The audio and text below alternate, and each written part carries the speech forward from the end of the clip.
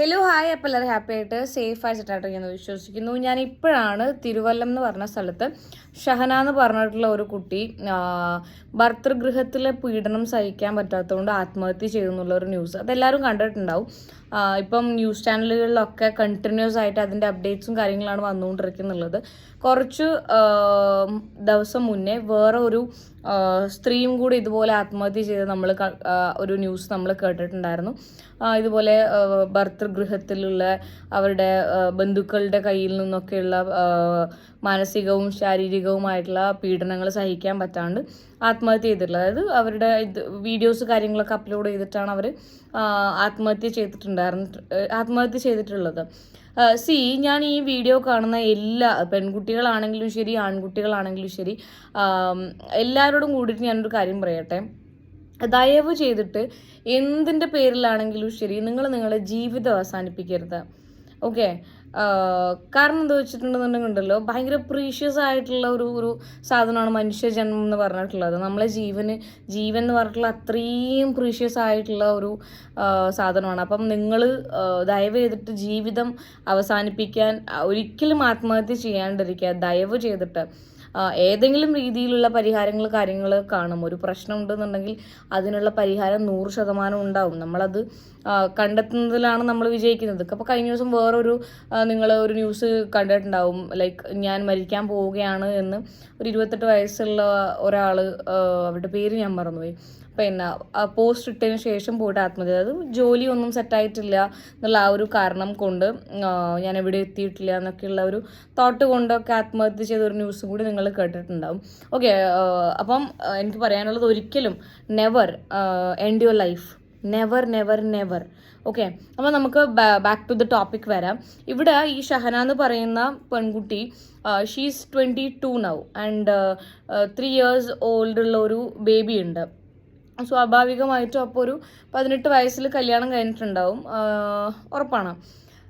ആദ്യത്തെ ഒരു കാര്യം ഞാൻ പാരൻസിനോട് പറയട്ടെ, ഈ 18 വയസ്സ് നിങ്ങളെ കുട്ടിക്ക് 18 വയസ്സ് മുട്ടുമ്പം കല്യാണം കഴിപ്പിച്ച് കൊടുക്കണം എന്ന് നിങ്ങൾക്ക് എന്താ ഇത്ര നിർബന്ധം? പെൺകുട്ടികളോടും കൂടിയിട്ടാണ്. നിങ്ങൾ എന്ത് അടിസ്ഥാനത്തിലാണ് ഈ 18ാമത്തെ വയസ്സിൽ കല്യാണം കഴിഞ്ഞ് പോകുന്നത്? ഒന്നുമില്ലെങ്കിലും സ്വന്തം കാലിൽ ദയവ് ചെയ്ത് നിൽക്കുക. സ്വന്തം കാലിൽ നിന്നത് കൊണ്ട് നിങ്ങൾ അടിപൊളിയായി അല്ലെങ്കിൽ ആത്മഹത്യ ചെയ്യില്ല അല്ലെങ്കിൽ ഭർതൃഗൃഹത്തിൽ പോയിട്ട് പീഡനം അനുഭവിക്കില്ല എന്നല്ല ഞാൻ പറയുന്നുള്ളത്. നമുക്കൊരു ജോലിയോ അല്ലെങ്കിൽ നമുക്ക് വിദ്യാഭ്യാസവും കാര്യങ്ങളും ഉണ്ടെന്നുണ്ടെങ്കിൽ ഉണ്ടല്ലോ, ഈ പറയുന്ന പോലെ ഒരു ഭർതൃഗൃഹത്തിൽ നിന്ന് പീഡനം നമുക്ക് അനുഭവിക്കേണ്ട അല്ലെങ്കിൽ സഹിക്കേണ്ട ഒരു സാഹചര്യം വരുന്നില്ല. ഓക്കെ, നമ്മുടെ കാര്യങ്ങൾ നോക്കാനുള്ള ജോലിയും കാര്യങ്ങളും നമുക്കുണ്ട്. നമ്മുടെ ലൈക്ക് സ്വന്തം കാലിലാണ് നിൽക്കുന്നുള്ളത്. അതിനിപ്പോൾ നാളെ നിങ്ങളെ വീട്ടിൽ നിങ്ങൾ അല്ലെങ്കിൽ വീട്ടിൽ പോയിട്ട് അമ്മ അച്ഛ എനിക്കിവിടെ പറ്റുന്നില്ല എന്ന് പറയുമ്പം അവിടെ പിടിച്ചു നിൽക്കുമെന്ന് പറയുമ്പോൾ എനിക്കങ്ങനെ പിടിച്ചു നിൽക്കേണ്ട ആവശ്യമില്ല. എന്നെ നോക്കാൻ എനിക്കുള്ള വരുമാനവും കാര്യങ്ങളും എനിക്ക് ഉണ്ടെന്നുണ്ടെങ്കിൽ നിങ്ങൾക്ക് നിങ്ങളുടെ വീട്ടിലും പോകേണ്ട ആവശ്യമില്ല. ഭർത്താവിൻ്റെ വീട്ടിലുള്ള പീഡനം സഹിക്കേണ്ട കാര്യമില്ല. നിങ്ങൾക്ക് ഇൻഡിവിജ്വലായിട്ട് നിങ്ങളുടെ ജോലിയും കാര്യങ്ങളും നോക്കി നിങ്ങളുടെ ലൈഫ് നോക്കി മുന്നോട്ട് പോകാം. അപ്പം അധികം കുടുംബങ്ങളിൽ നടക്കുന്നത് 18 വയസ്സിൽ കല്യാണം കഴിപ്പിച്ച് കൊടുക്കും. ഈ കല്യാണം കഴിക്കുന്ന സമയത്ത് ചിലപ്പം ഈ ചെക്കൻ്റെ വീട്ടുകാർ പറയും, മോളെ ഞാൻ എൻ്റെ മോളെപ്പോൾ നോക്കും, ഞങ്ങൾ പഠിപ്പിക്കും, നമ്മളൊരു നിലയിലെത്തിക്കും എന്നൊക്കെ പറയും. എന്നിട്ട് കല്യാണം കഴിക്കുവേ. ഈ പിള്ളേർ വിചാരിക്കും പഠിപ്പിക്കുമായിരിക്കും, കോളേജിൽ വിടുമായിരിക്കും എന്നെ, അല്ലെങ്കിൽ ഈ DMLT ഒക്കെ പഠിക്കാൻ വിടും, ടൈപ്പിംഗ് പഠിക്കാൻ വിടും, ഫാഷൻ ഡിസൈനിങ് പഠിക്കാൻ വിടും എന്നൊക്കെ വിചാരിക്കും. പക്ഷെ അങ്ങനെയല്ല. കല്യാണം കഴിഞ്ഞിട്ട് ഏകദേശം ഒരു 2 മാസത്തിനുള്ളിൽ പ്രഗ്നൻ്റ് ആവും, ഒരു കുട്ടിക്ക് ഒരു കുഞ്ഞാവും. കുഞ്ഞായി കഴിയുമ്പം വീട്ടിൽ നിന്ന് പറയും, അയ്യോ ഇനിയിപ്പോൾ ഒരു കുഞ്ഞൊക്കെ ആയില്ലേ, എന്തിന് പണിക്ക് പോകുന്നത്, അല്ലെങ്കിൽ നീ പണിക്ക് പോയിട്ട് ഈ കുടുംബം നോക്കേണ്ട ആവശ്യമൊന്നും നമുക്കില്ല. അങ്ങനെയൊക്കെ പറഞ്ഞിട്ട് നമ്മൾ ഈ പറയുന്ന കുട്ടികൾ ആ വീട്ടിൽ തന്നെ ആയിപ്പോവും. വീട്ടിലെ ചാക്കിരി എടുക്കുക, ഇതുപോലെയുള്ള ഭർത്താവിൻ്റെ വീട്ടിൽ നിന്നുള്ള മർദ്ദനങ്ങൾ, ഭർത്താവിൻ്റെ അമ്മയിൽ നിന്നാവട്ടെ അച്ഛനിൽ നിന്നാവട്ടെ കുടുംബക്കാരിൽ നിന്നാവട്ടെ ഇങ്ങനെ മർദ്ദനങ്ങളൊക്കെ ഏൽക്കേണ്ടി വരും. കാരണം നിങ്ങൾക്ക് വിദ്യാഭ്യാസമില്ല, ഒന്നാമത്തെ കാര്യം. രണ്ടാമത്തെ കാര്യം, നിങ്ങൾക്ക് പറയാനുള്ള ജോലിയോ കാര്യങ്ങളോ ഒന്നുമില്ല. നിങ്ങളുടെ അച്ഛനും അമ്മയും കഷ്ടപ്പെട്ട് നയിച്ച പൈസ കുറച്ച് പൊന്നായിട്ടും സ്ത്രീധനമായിട്ടും ഒക്കെ കൊടുത്തിട്ട് നിങ്ങളെ കല്യാണം കഴിപ്പിച്ച് വിട്ട് അത് കഴിഞ്ഞു. ഓക്കെ, ഈ ഒരു കേസിൽ ഇവരുടെ പാരന്റ് പറയുന്നുണ്ട്, ഏകദേശം 2 വർഷത്തോളമായി ഈ പറയുന്ന ഷഹന എന്ന് പറയുന്ന കുട്ടി അവരുടെ ഭർതൃഗൃഹത്തിൽ മാനസികമായിട്ടും ശാരീരികമായിട്ടുള്ള പീഡനങ്ങൾ സഹിച്ചുകൊണ്ട് വരുന്നു. ഈ 2 കൊല്ലം നിങ്ങൾ എന്ത് ചെയ്തത്? നാട്ടുകാരും ഈ പറയുന്ന സമരം ചെയ്യുന്ന കുടുംബക്കാരും ഈ പറയുന്ന പാരൻസ്, നിങ്ങൾ 2 കൊല്ലം എന്താ ചെയ്തേ? ആ കുട്ടിക്കൊരു കുട്ടിയുണ്ട് എന്നുള്ള കാരണം കൊണ്ടാണ് നിങ്ങൾ അതിനോട് അവിടെ പിടിച്ചു നിൽക്കാൻ പറഞ്ഞത്. ആ ഒരു ന്യൂസിൽ ഇവരുടെ പിന്നെ അമ്മയാണെന്ന് തോന്നുന്നു പറയുന്നുള്ളത്, ഈ കുട്ടി വീട്ടിൽ വന്നിട്ട് എനിക്ക് ഇത് പറ്റില്ല, ഈ ഒരു റിലേഷൻഷിപ്പ് അല്ലെങ്കിൽ ഈ ഒരു മാരേജ് ലൈഫ് മുന്നോട്ട് കൊണ്ടുപോകാൻ താല്പര്യമില്ലെന്ന് പറയുമ്പോൾ ആ കുട്ടി 8 months എന്തോ പ്രഗ്നൻ്റ് ആയിരുന്നു. അതുകൊണ്ട് ഞങ്ങൾ പറഞ്ഞ് മനസ്സിലാക്കി തിരിച്ചയച്ചു. അങ്ങനെ അന്ന് നിങ്ങൾ തിരിച്ചു പറഞ്ഞയച്ചതുകൊണ്ട് ഇന്ന് നിങ്ങൾക്ക് മോളില്ലാണ്ടായി. ആ 3 വയസ്സുള്ള പൈതലിന് ഉമ്മ ഇല്ലാണ്ടായി. സമാധാനമായി. ഇത്രയും ഈ 2 കൊല്ലം അതിനവിടെ സഹിക്കാൻ വിട്ടിട്ട് ഇപ്പം മീഡിയയുടെ മുമ്പിൽ വന്നിരുന്ന് കരയുന്നതിനോട് എനിക്ക് പേഴ്സണലി യോജിക്കാൻ പറ്റില്ല. മനസ്സിലായില്ലേ? നിങ്ങളുടെ മകൾ അന്ന് പറയുമ്പം അതിനെ നിങ്ങൾ ചേർത്ത് പിടിച്ചിട്ടുണ്ടായിരുന്നുണ്ടെങ്കിൽ ഉണ്ടല്ലോ, അതിന്ന് ജീവനോടെ ഉണ്ടാവുമായിരുന്നു. ഏകദേശം എല്ലാ പാരൻസും എല്ലാ കുടുംബക്കാരും ചെയ്യുന്ന ഒരു കാര്യമാണിത്. ആ പറയുന്ന ഈ വിക്ടിം ആത്മഹത്യ ചെയ്തതിന് ശേഷം, ജീവൻ ഒടുക്കിയതിനു ശേഷം ഇവർ വന്നിരുന്ന് കരയും. എൻ്റെ മോക്ക് നീതി മേടിച്ചുണ്ടാ, എൻ്റെ മോക്ക് നീതി കൊണ്ടാ, എൻ്റെ മോക്ക് നീതി കൊണ്ടാ. നീതി കൊണ്ട് ഈ ഒരു ആത്മഹത്യ ചെയ്യുന്നതിന് മുന്നേ നിങ്ങൾ ആ പൈതലിനെ ചേർത്ത് പിടിച്ചിട്ടുണ്ടായിരുന്നെങ്കിൽ ഞാൻ പറയാലോ, നിങ്ങൾ പാരൻസ് നിങ്ങളെ മക്കളോട് ആടെ നിൽക്കണ്ട. ഏതൊരു കഴിഞ്ഞ ഒരു മന്ത് മുന്നെയാണ് മകൾക്ക് ഭർത്താവിൻ്റെ വീട്ടിൽ നിൽക്കാൻ പറ്റുന്നില്ല, എനിക്കിവിടെ പറ്റുന്നില്ല അച്ഛ എന്ന് പറയുന്ന സമയത്ത് ആ അച്ഛൻ എങ്ങനെയാണോ മകളെ അങ്ങോട്ടേക്ക് അയച്ചത്, ബാൻഡും പാട്ടും മേളവും ഒക്കെ ആയിട്ട് അതേപോലെ മോളെ തിരിച്ചു കൂട്ടിക്കൊണ്ടുവന്നു. ഓക്കെ, ഗ്രേറ്റ് പാരൻ്റ് ആണ്, സൂപ്പർബ്. ഇപ്പം എൻ്റെ പാരൻസിൻ്റെ ഞാൻ പറയാലോ, എൻ്റെ പാരൻസ് എൻ്റെ അടുത്ത് ഓൾറെഡി പറഞ്ഞിട്ടുണ്ട്. കാരണം ഇത്രയും ഇഷ്യൂസ് കാര്യങ്ങളൊക്കെ ലൈക്ക് നമ്മുടെ സമൂഹത്തിൽ നടക്കുന്നുണ്ട്. എൻ്റെ അടുത്ത് പറഞ്ഞിട്ടുണ്ട്, നാളെ എന്തെങ്കിലും ഞാൻ എന്തുണ്ടെങ്കിലും എൻ്റെ വീട്ടിൽ പറയുന്ന ആ ഒരു ടൈപ്പ് ഓഫ് ക്യാരക്ടർ ഉള്ള ഒരാളാണ്. ആൻഡ് എൻ്റെ പാരൻസ് എന്ന് പറയുന്നത് ഭയങ്കര ഒരു അടിപൊളി ലിസണേഴ്സാണ്. ഞാൻ മണിക്കൂറുകളോളം സംസാരിക്കുമ്പോഴും അത് കേട്ടിട്ട് അതിനെക്കുറിച്ചുള്ള അവരുടെ അഭിപ്രായങ്ങളും എന്താണോ അവർക്ക് പറയാനുള്ളത് അതൊക്കെ എൻ്റെ അടുത്ത് പറഞ്ഞ് കാര്യങ്ങളൊക്കെ സോൾവ് ചെയ്യുന്ന ഒരു ഫാമിലി ബാക്ക്ഗ്രൗണ്ടിൽ നിന്നാണ് ഞാൻ ബിലോങ് ചെയ്യുന്നത്. ഓക്കെ, അപ്പോൾ എൻ്റെ അടുത്ത് എൻ്റെ ഫാമിലി ആണെങ്കിലും എൻ്റെ പാരൻസ് ആണെങ്കിലും പറഞ്ഞിട്ടുണ്ട്, ഇതുപോലെയുള്ള പ്രശ്നങ്ങൾ കാര്യങ്ങളൊന്നും ഫേസ് ചെയ്ത് എവിടെയും നിൽക്കേണ്ട ആവശ്യമില്ല. ഓക്കെ, അതുകൊണ്ടാണ് എനിക്ക് ആവശ്യത്തിന് വിദ്യാഭ്യാസമുണ്ട്, എനിക്ക് ഇന്നൊരു സ്ഥാപനമുണ്ട്. ഇപ്പം സ്ഥാപനം ഇല്ല എന്നുണ്ടെങ്കിൽ പോലും ഞാൻ പറയാലോ, ഞാൻ ആങ്കറിങ് ചെയ്യുന്ന ഒരാളാണ്. അപ്പം എനിക്ക് എൻ്റേതായിട്ടുള്ള പാഷനും കഴിവുകളും കാര്യങ്ങളൊക്കെ ഉണ്ട്. അപ്പോൾ അത് അവർ നല്ല രീതിയിൽ മോൾഡ് ചെയ്ത് എടുത്ത് എൻ്റെ കയ്യിൽ തന്നിട്ടുണ്ട്.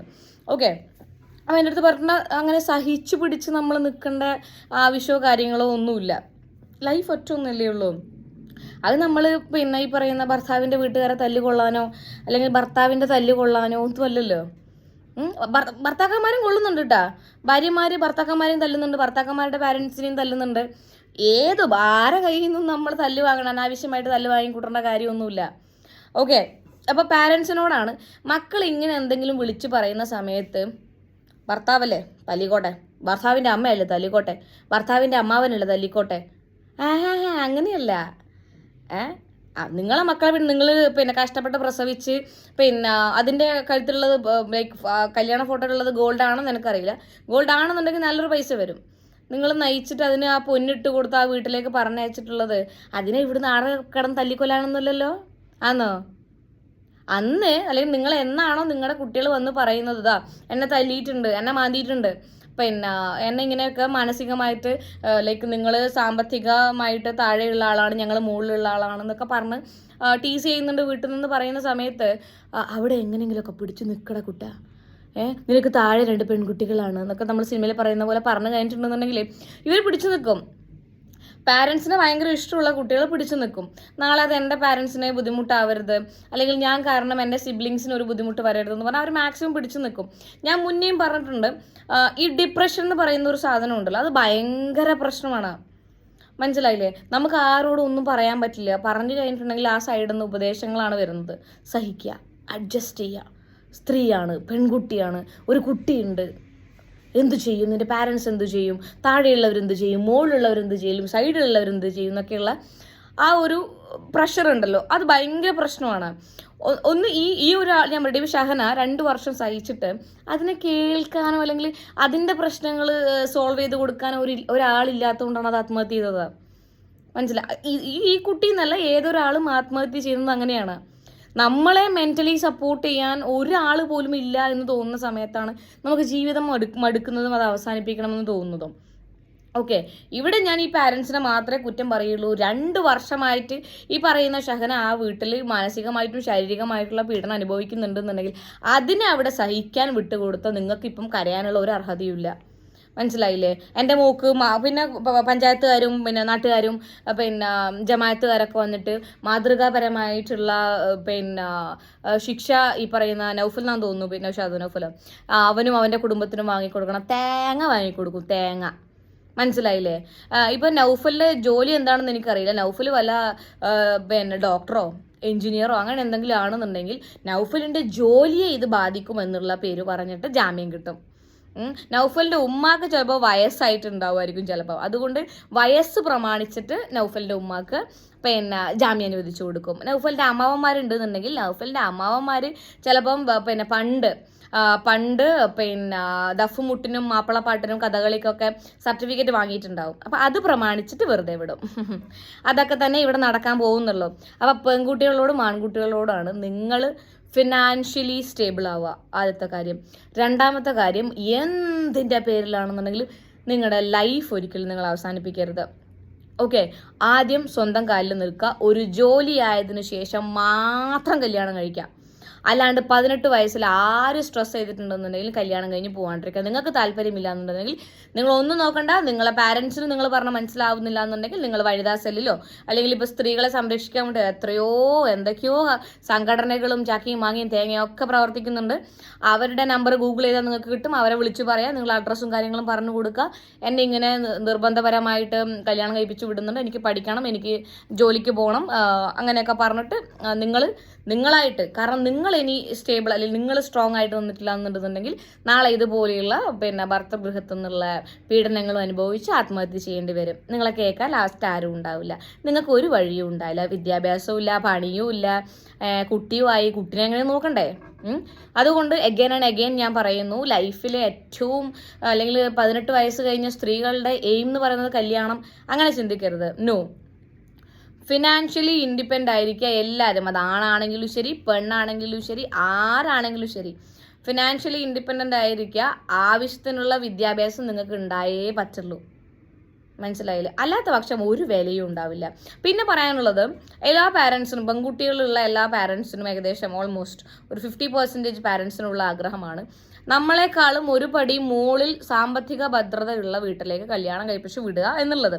അത് പാരൻസിൻ്റെ സൈഡിൽ നിന്ന് ചിന്തിക്കുന്ന സമയത്ത് അവർ വിചാരിക്കുന്നത് എൻ്റെ മകൾക്ക് നാളെ ഒരു ബുദ്ധിമുട്ടുണ്ടാവരുത്, ഓക്കെ, അല്ലെങ്കിൽ എൻ്റെ മകളെ ഞാൻ നോക്കിയതിനേക്കാളും ഒരു പടി മുകളിൽ നോക്കുന്ന ഒരാളായിരിക്കണം കല്യാണം കഴിച്ചു കൊണ്ടുപോകുന്നത് എന്നുള്ളത് ചിന്തിച്ചിട്ടാണ് ഇവർ നല്ലൊരു വീട്ടിൽ നിന്ന് ആലോചന വരുന്ന സമയത്ത് വേഗം അങ്ങോട്ട് കൈ പിടിച്ച് കൊട്ടുക്കുന്നത്. നിങ്ങൾ ഈ പറഞ്ഞയക്കുന്ന സമയത്തുണ്ടല്ലോ, എല്ലാ ഫാമിലിയും അല്ല, ഇതുപോലെയുള്ള നൗഫലിൻ്റെ ഫാമിലി പോലത്തെ ചേറ്റ തീട്ട ഫാമിലികളുടെ കാര്യമാണ് ഞാൻ പറയുന്നത്. ഇവർ കല്യാണം കഴിഞ്ഞിട്ട് ഇതിൻ്റെ കഴുത്തിലും കാതിലും പിന്നെ കാലിലൊക്കെ ഉള്ളതൊക്കെ വിറ്റ് കഴിഞ്ഞതിന് ശേഷം തുടങ്ങും. സാമ്പത്തിക ഭദ്രതയില്ലാത്ത ഫാമിലി, എൻ്റെ മോന് നിന്നെക്കാളും നല്ല പെണ്ണിനെ കിട്ടുമായിരുന്നു, അല്ലെങ്കിൽ ഭയങ്കരമായിട്ട് സ്ത്രീധനം തരുന്ന വീട്ടിൽ നിന്ന് പെണ്ണ് കിട്ടുമായിരുന്നു, നിൻ്റെ വീട്ടിൽ ഫ്രിഡ്ജുണ്ടോ, മിക്സി ഉണ്ടോ, പിന്നെ മറ്റേ ഓവൺ ഉണ്ടോ, പിന്നെ ഇത് മറ്റേ കേക്ക് ബേക്ക് ചെയ്യുന്ന ബ്രഷ് ഉണ്ടോ എന്നൊക്കെ ചോദിച്ച് തുടങ്ങും. മനസ്സിലായില്ലേ? നമ്മൾ ശരിയായിരിക്കാം ചിലപ്പോൾ, പറയാൻ നമ്മളെ കയ്യിലൊന്നുമില്ല, നമ്മളെ വീട്ടുകാർ കഷ്ടപ്പെട്ടുണ്ടായിരുന്ന പൊന്നുമില്ല, അത് ഭർത്താവിനെ വിശ്വസിച്ച് കൊടുത്തിട്ടും ഉണ്ടാവും. അവസാനം ഒരു വഴിയും ഇല്ലാണ്ടിരിക്കുമ്പോഴാണ് നമുക്ക് എന്ത് തോന്നുന്നത്, ഞാൻ മരിച്ചു കഴിഞ്ഞാൽ എല്ലാം ശരിയാവുമെന്ന്. മരിച്ചു കഴിഞ്ഞാൽ എല്ലാം ശരിയാവുന്നില്ല. ശരിയാണ്, മരിച്ചു കഴിഞ്ഞാൽ നിങ്ങൾ പോയി, അല്ലാണ്ട് എന്ത് ശരിയാവാനാണ്? സ്ട്രോങ് ആയിട്ട് ഫൈറ്റ് ചെയ്യാൻ പഠിക്കുക. പ്രശ്നങ്ങളെ നേരിടുന്നത് വളരെ എന്താ പറയുക, വളരെ ബോൾഡായിട്ട് നിന്നിട്ട് ഫേസ് ചെയ്യുക. പെൺകുട്ടികളാണെങ്കിലും ആൺകുട്ടികളാണെന്നുണ്ടെങ്കിൽ അതിന് നമുക്ക് വളരെ അത്യാവശ്യമായിട്ടുള്ള കാര്യമാണ് ഫിനാൻഷ്യൽ സ്റ്റെബിലിറ്റി എന്ന് പറയുന്ന ഒരു കാര്യം. നമ്മൾ ഫിനാൻഷ്യലി സ്റ്റേബിൾ ആണ് എന്നുണ്ടെങ്കിലുണ്ടല്ലോ, നമുക്ക് ആരെയും നോക്കേണ്ട ആവശ്യമില്ല. നമുക്ക് ടെൻഷൻസ് ഉണ്ടാവും, പ്രഷർ ഉണ്ടാവും, പിന്നെ സ്ട്രെസ്സ് കാര്യങ്ങളൊക്കെ ഉണ്ടാവും, ഇല്ലയെന്ന് ഞാൻ പറയുന്നില്ല. അപ്പം അതിനേക്കാളൊക്കെ അതൊക്കെ നമ്മൾ വിചാരിച്ചു കഴിഞ്ഞാൽ നമുക്ക് ഫൈറ്റ് ചെയ്യാവുന്നതേ ഉള്ളൂ. പിന്നെ ഈ പറയുന്ന പാരൻസിനോടും ഫ്രണ്ട്സിനോടും ഒക്കെയാണ്. നിങ്ങളുടെ ഫ്രണ്ട്സ് ആരെങ്കിലും ഇതുപോലുള്ള പ്രശ്നങ്ങൾ കാര്യങ്ങൾ ഫേസ് ചെയ്യുന്നുണ്ടെന്നുണ്ടെങ്കിൽ അവർ മരിച്ചു കഴിഞ്ഞിട്ടല്ല ക്യാമറേൻ്റെ മുന്നിൽ അല്ലെങ്കിൽ മൈക്കിൻ്റെ മുന്നിൽ വന്നിട്ട് പറഞ്ഞിട്ടുണ്ടായിരുന്നു, അറിയാമായിരുന്നു, നമ്മൾ പിന്നെ അഡ്ജസ്റ്റ് ചെയ്യാൻ ആ സമയത്ത് കുട്ടികളുള്ളത് കൊണ്ട് പറഞ്ഞു എന്ന് പറയുന്നതിൽ കാര്യമില്ല. ഓക്കെ, നിങ്ങളുടെ ഫ്രണ്ട്സ് ആരെങ്കിലും ഇങ്ങനെ അനുഭവിക്കുന്നുണ്ടെന്നുണ്ടെങ്കിൽ അവർക്ക് കേസ് ഫയൽ ചെയ്യാനോ അല്ലെങ്കിൽ അവർക്ക് എന്തെങ്കിലും ചെയ്യാൻ പറ്റുന്നില്ല എന്നുണ്ടെങ്കിൽ നിങ്ങളെങ്കിലും അത് ചെയ്ത് അവരെ അതിൽ നിന്ന് രക്ഷിക്കുക, അല്ലെങ്കിൽ അവർക്ക് പറയാനുള്ള കാര്യങ്ങൾ കേൾക്കുക, അവരെ സപ്പോർട്ട് ചെയ്ത് അവർക്കുള്ള മെൻ്റൽ സപ്പോർട്ട് കാര്യങ്ങൾ കൊടുക്കുക. നിങ്ങളെ കൊണ്ട് ഫിനാൻഷ്യലി ഹെൽപ്പ് ചെയ്യാൻ പറ്റുന്നില്ല എന്നുണ്ടെങ്കിൽ മെൻ്റൽ സപ്പോർട്ട് കൊടുത്തിട്ടെങ്കിലും അവരെ ജീവിതത്തിലേക്ക് തിരിച്ചു കൊണ്ടുവരാൻ വേണ്ടി നോക്കുക.